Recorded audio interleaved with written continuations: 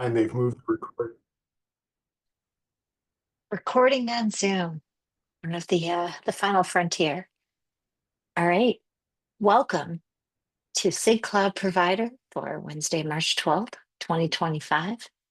Uh, we have a light agenda this time, so welcome, folks, and happy to chat about anything on people's mind. I think that Elmiko can update us about what's going on for KubeCon EU.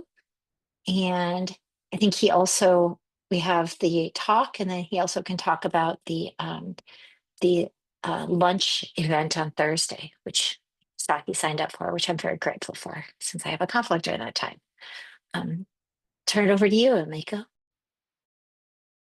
Yeah, I'm just dropping a link here. I was going to put that in. Okay, so yeah, we have a maintainer track talk. There's the link for it in the agenda now. And we are going to be doing a deep dive going into talking about testing, but I think also on a bigger note, talking about kind of the future of the SIG, right?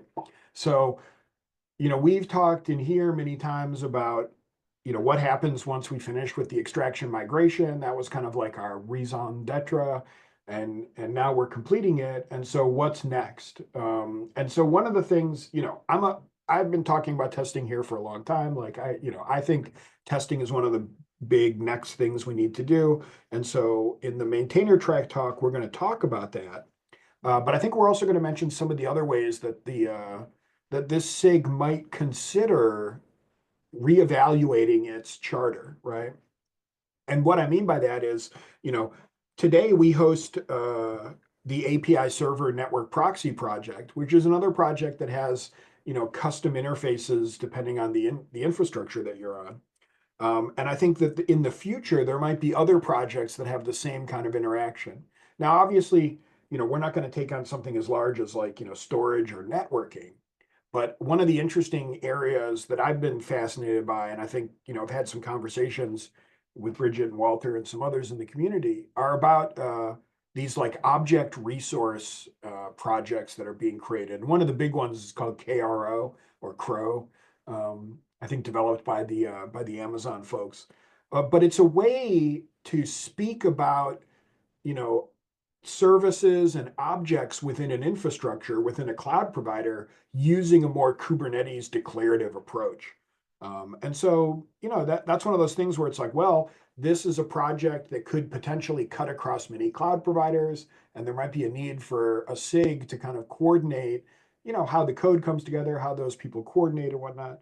And so, I think I'm not saying we should do that, but I'm not saying we shouldn't do that either. I think it's one of those questions where, as a community, it's something that we probably will want to consider as we start to think about what are the next steps, and are there ways that we can continue to serve the Kubernetes community and specifically serve them when there are questions about cloud providers and infrastructure, and how do we integrate those things into Kubernetes? And so, to wrap up here, I think like to me, the testing work lays a nice foundation for this because we completed the migration that we talked about many years ago. The next step is, what if we could improve testing and create this foundational model for how we're going to do testing with other cloud provider related things? And then in the future, adding a project like Crow or something like it, something similar to it. We would already have established some foundational for patterns for how we test on different providers, how we do outreach to different providers, how we include them in the Kubernetes community. So I have a very optimistic look at this, and this is kind of like, what I think. And yeah, so hopefully the talk will encompass a lot of this with a focus on testing. Thank you. That was a great overview, Amiko, and thank you for that. And yeah, I think that's a really good point that uh, every SIG like this SIG needs to make sure that we keep meeting the needs of the community, and those keep changing over time. And we did just do our annual report for which I guess we can also drop a link to that. But we did just, and by we, I mean Elmiko mostly. Though I think I added a few links. Did do the annual report and got that in to the Kubernetes project, to steering.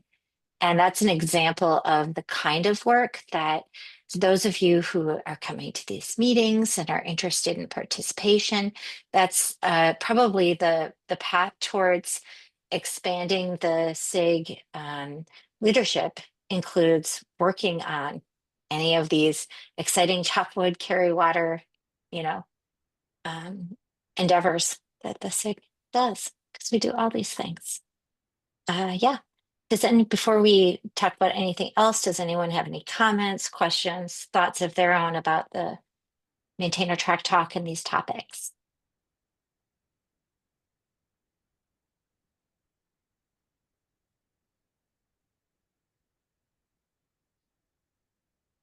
All right. I hear resounding agreement. Um, all right. Almiko, do you want to cover anything else? Or do we have any questions from the floor? Oh, yes, the SIG meet and greet. So if you want to tell people for the recording and for the community about what's going on with that and what that's like. Yes. So on Thursday at KubeCon, and it looks like it's usually around lunchtime. I think this will be, yeah, from like 12:15 to 2:15. Um, there is always a meet and greet at KubeCon, and it is staffed by, members of the SIGs. Anyone can sign up to represent a SIG.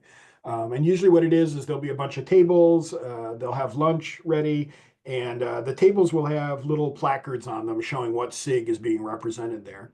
And this is really an encouragement for just anyone in the conference to come and talk to your favorite SIG or ask questions. Or I've even had people come up and ask me, "What is SIG Cloud Provider?" Like, I've never heard of this SIG before. What do you do? So I tend to enjoy going to these meet and greets. It's a great way to kind of interact with the community and just, be part of the Kubernetes spirit or whatever. So yeah, I signed up to be there for SIG Cloud Provider and also nominally for SIG Beard. But I'll have buttons for anyone who wants them. And just remember, it's not the beard on your face, it's the beard in your heart, so that's exactly right. So yeah, it's a great time, and I've had a lot of good discussions there. I've talked to Yeah. members of different communities, and yeah, it's Mhm. it's a great way to connect and just kind of refresh the community spirit, as it were. So Yeah, fantastic. I don't know if any of the other folks on the call will be at KubeCon, but if you will, please be sure to stop by and say hi at either the talk or at the meet and greet. We'd be thrilled to see you. and I think our talk is also on Thursday, if I'm not mistaken. I think it's currently Wednesday. Oh, Wednesday. Okay. Yes. I think it's Wednesday at the same time as one of my direct reports panels and a community member and another team member's talk, because why wouldn't you just put every single talk that Bridget wants to participate in any way at the same moment? This is how the multiverse gets spawned. Yeah, totally, totally. All right. So if you're lucky, maybe you'll catch an alternate universe version of Bridget, like walking around the con or something. Oh, I'm very interested in this. I'm intrigued by your ideas and would like to subscribe to your newsletter. Nice, nice. Thank you. Yeah. But yeah, Um, that is it for me. Official yeah, business. awesome. All right. And then official business wise, I went to the SIG chairs and tech leads meeting yesterday.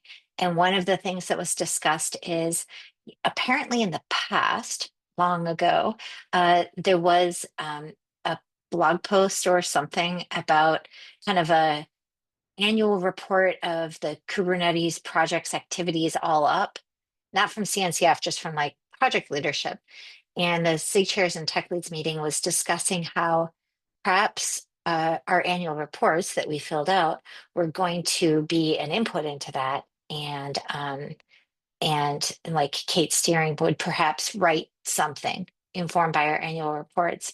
And then there was an interesting digression that I think is relevant to this SIG, which was all about when there's a question, the lightweight annual report formula has a question that just kind of says, do you have any um, you know, areas where you need some help? And apparently the intent of that question was, is there an area where like you feel understaffed and you need intervention? Whereas I think some SIGs were interpreting it as, do you have a place that you have like some of a code type projects spun up ready to go and you want to keep adding people to. So it's kind of an interesting difference between, are we ready to take help, or are we looking for a way to take help? Does that make sense? Like, I know we've discussed this before, but in terms of creating opportunities with, enough support for people to participate in the SIG, I'm kind of curious, like, what comes to mind? And I see Almiko kind of, engaging in thought about this, but I'm interested in what anyone thinks as well. But maybe I'll pass it to Michael first and just say, hey, what do you think are either request for help or opportunity for people to participate might be? Yeah, I mean, I'm happy to let anybody else talk to who has ideas about this stuff. But I have been I have had people reach out to me on a regular occasion, kind of asking what they can do or how they can get more involved. And I think for me, it's a tough question to answer because I can't just say Mm-hmm. like, here's a bunch of PRs, go look at them, or here's a bunch of Hmm. issues, go solve them, you know. And I Hmm. think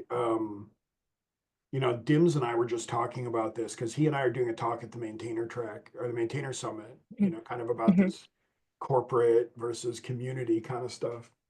And, Hmm. there were some things he was saying that really resonated well with me, which is like, on one hand, we have to create opportunities for people to kind of get involved. And then also we have to be there to support them, right? So it's not just Yeah. having like an issue that someone could look at, it's being able to like have a channel where they can come ask questions in, or people they know they can reach out to, or like, Hmm. when they have a problem, how do they figure it out? And so like where we are currently, I think it's very tough to incorporate new people Hmm. because of the nature of the cloud providers that we work on and the nature of the debugging work that needs to happen. Hmm. But I think as we get more into the work that I think I'd like to see us get into, which is like, testing work and maybe some of these resource object things and whatnot, we have the opportunity to include more people. And so I think if we think Hmm. about that from the beginning and we start to think, how can we almost be more of like a project manager on some of this stuff where we plan out work that could be done in the future and almost think about it, I don't want to say like sprints, but like, like releases, Hmm. right? Then I think we can start to think Hmm. about how we could include someone or how we could include people on a more meaningful basis. Like if we have a plan, like a runway, a roadmap or something that spells out Yeah. where we're going, I think people can really connect to that and they can say, okay, I'm going to get this thing done. You know, it's going to go into Yeah. this effort or whatever. And we could always participate in like Google Summer of Code and those kind of things too, but that's a lot of work as well. Yeah. No, that's a really good point. And I think to your point about involvement in ancillary projects that support the work of cloud provider, things like Crow, is definitely an avenue for people to participate because it ends up being easier to participate on um, a smaller scoped project versus something like try to fix this bug in the Azure implementation of cloud provider that was identified by Red Hat. Like that ends up being, maybe there's a smaller population. I'm specifically thinking of this bug that Joel brought up last time. I put it in the chat, but Joel brought up last time, and it was a really good example of Joel had the context to really debug it. And then the people from the Azure side did some bug fixes, and then Joel and the Azure people did some test updates and verify. And I feel like that's the sort of thing that ends up being really hard to just kind of come in a summer of code and work on. Yeah. Yeah. Whereas, like, that's an example on the far end of not very approachable because of lack of shared context and testing awareness, where I think something scoped more like Crow is more possible for people to participate in. Right. Yeah. And please, Kirthan, Lucas, Chris, if you have any thoughts, please, please feel free to butt in here. Like I don't want to monopolize the mic. Um, Mhm. but one thing that occurs to me as you're talking, uh, it might be an interesting thing to put in like our Kubernetes community, in the repo there with the SIG Cloud Provider stuff is like, Mhm. what if we had some sort of infographic or something that someone could look at and easily kind of understand, like, okay, if I'm coming to SIG Cloud Provider and I want to get involved, like, what am I looking at? Because we could describe the problems to say like, there's one, almost like one of those iceberg meme, drawings, right? Where it's like the stuff above the iceberg is like, hey, help us, help us with the annual report, or maybe like fix up, some tests, or clean some documentation. And then below is like, set up an Azure cluster with this specific topology and this specific, configuration of the cloud controller and these specific load balancer options, and then make this thing happen so that you can see this one error happen in the cloud controller and fix it. And that's maybe like the bottom of the iceberg, right? And so it's like Mhm. someone who's new to the project, they're going to be like, look, I got kind running, and I can understand how to make a change and see it exercised, there. This whole thing about setting up a specific topology on a specific Mhm. cloud provider with specific, like, yeah, that's way beyond Mhm. where I'm at currently. But maybe something like that would help people understand, quickly how they could get Mhm. involved in the community, or where they might fit, as they Mhm. begin their journey or something. Awesome. Joel, you must have been summoned by using your thread with the Azure people where they're fixing, very specific bugs that you identified that are very deep. I'm kind of contrasting that with something like, um, Elmika was just going through like, what about updating some tests or what about some docs? Like the more approachable places where new people could participate and then figuring out where we can make the harder stuff more approachable. But like, I think that we can't just say, jump into the deep end, fix this really subtle Azure bug. Like that's not really going to be a place where we can have people start, probably. But I'd love your perspective on that. Yeah, no, I totally agree. Especially that recent Azure one, and apologies being late. I had a clash because of the time zone changes. Sorry Um, about that. It's just for a um, few weeks of terribleness. yeah, three whole weeks of this. And for those of you who are I coming to know. KubeCon, if you arrive on the Sunday, you get to go through it twice this year. Gonna Um, be great. I love going through daylight saving time twice. yeah. I've done it actually because of coupons. I've done it a number of times in a row. It's like, Yeah, no, totally agree. Like the thing with we have with Azure recently in the like Gov Cloud, China Cloud, that was mhm. so nuanced. Like without Yeah. good access to all of those environments to test it, it was, really hard to work out what was going on.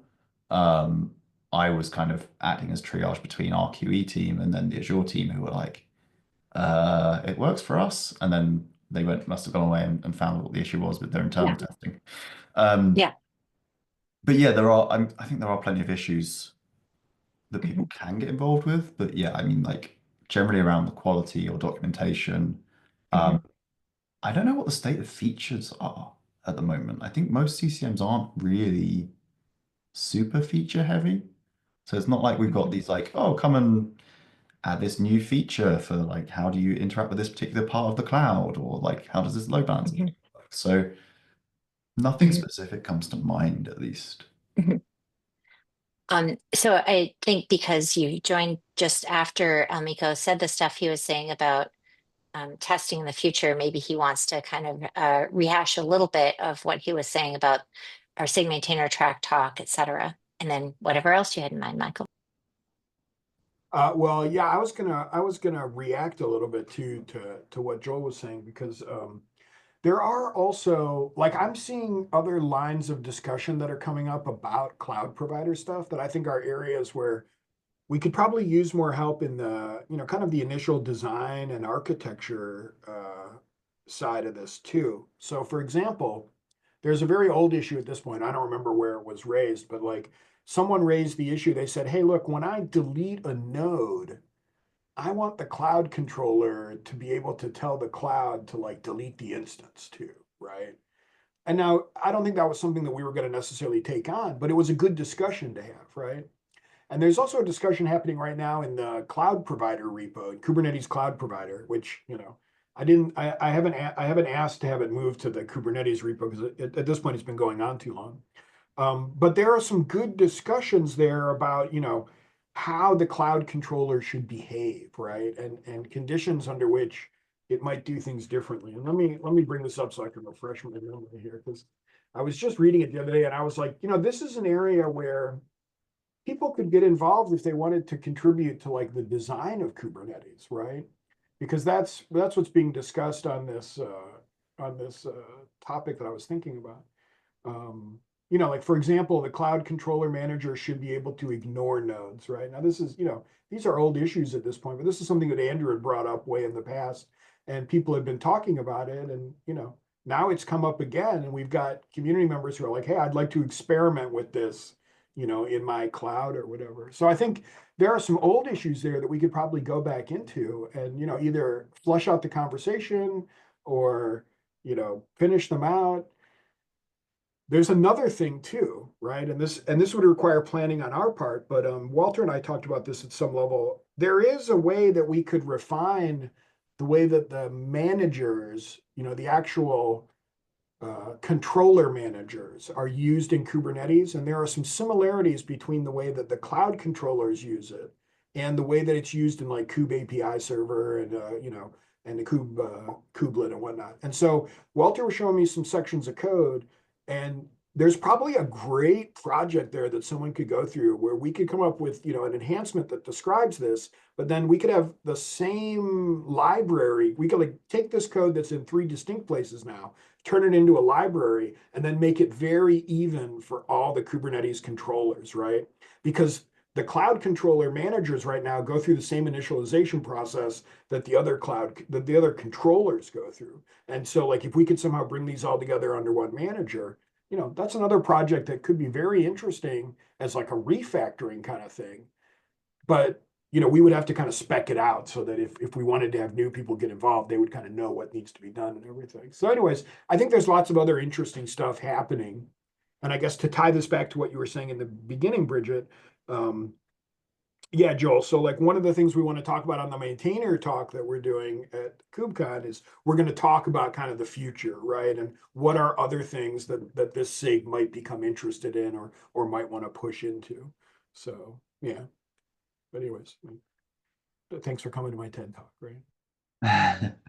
Yeah, the controller manager refactor is something that Walter's brought up a few times before on these calls, so I'm aware of that. That is generally a good thing, I think, not only for us, but for the kind of people who are maintaining the core Cube controller manager stuff as well.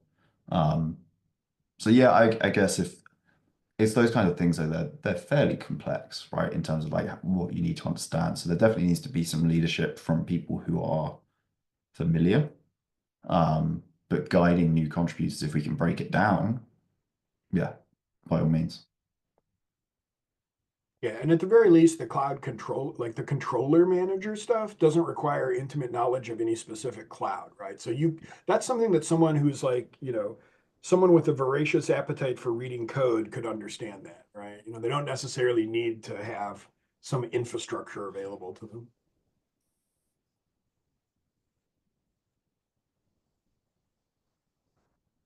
Okay, awesome.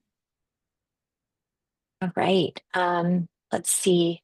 I did take a look and we did not have any new issues from last time since the last time we chatted. So it's like, okay, we don't have any more new needs triage, which is great. But do people have other things they would like to discuss?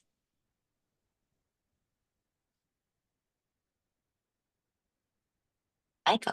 Yeah, I'll just bring up that we did have last time we met, we did see a failure that had come up in the CI, and I had gotten into some discussions on Slack about that, but it looks like it was unrelated to us. It was a flake related to some other thing. So nothing that needed to be done on our part. Okay, great. And then Joel, I think you said you were going to be at KubeCon in London. Is it walking Yeah. distance? No, I live in Bristol now. Oh, Uh, fantastic. yeah, no, I'm going to be there Sunday through Saturday. So I'll be there the whole Oh, weekend. wonderful. Need any Awesome. tips on London, let me know. I did used to live there for 5 years, so Wonderful. That's great. Um, yes, I will be there. And then Almiko does have us signed up. You can see in the chat for the SIG meet and greet if you want to come to that during Thursday lunchtime. yes, I So will sign up that for would that. be something awesome to work on or to participate in. There will apparently be buttons.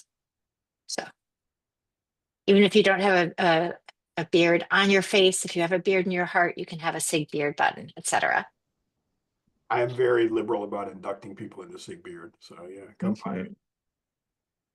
Nice. Yeah, it's like I get told off by my better half, so I'm not allowed a beard. Oh, yes, indeed. Okay. What else, if anything, should we discuss before we bid each other adieu? Nothing The more. next meeting would be just before KubeCon. Is that still going ahead? I Yeah, believe Elmiko is going to run it. I will be I'll be gone. here for that. It probably won't be a very long meeting, but yeah, we'll see what happens. I'll host it for sure. I will be on vacation before KubeCon. I'm going to Dublin with my spouse. Nice. That'll be Should be lovely. You'll get nicely adjusted to the EU time zone before KubeCon then. Always key. Yes. All right. Well, I think with that, I will say farewell. See some of you in London, the others of you at the next one of these that I'm at. And this meeting will happen again in 2 weeks. Take care. See you then. Bye. Thanks, Bridget. Later.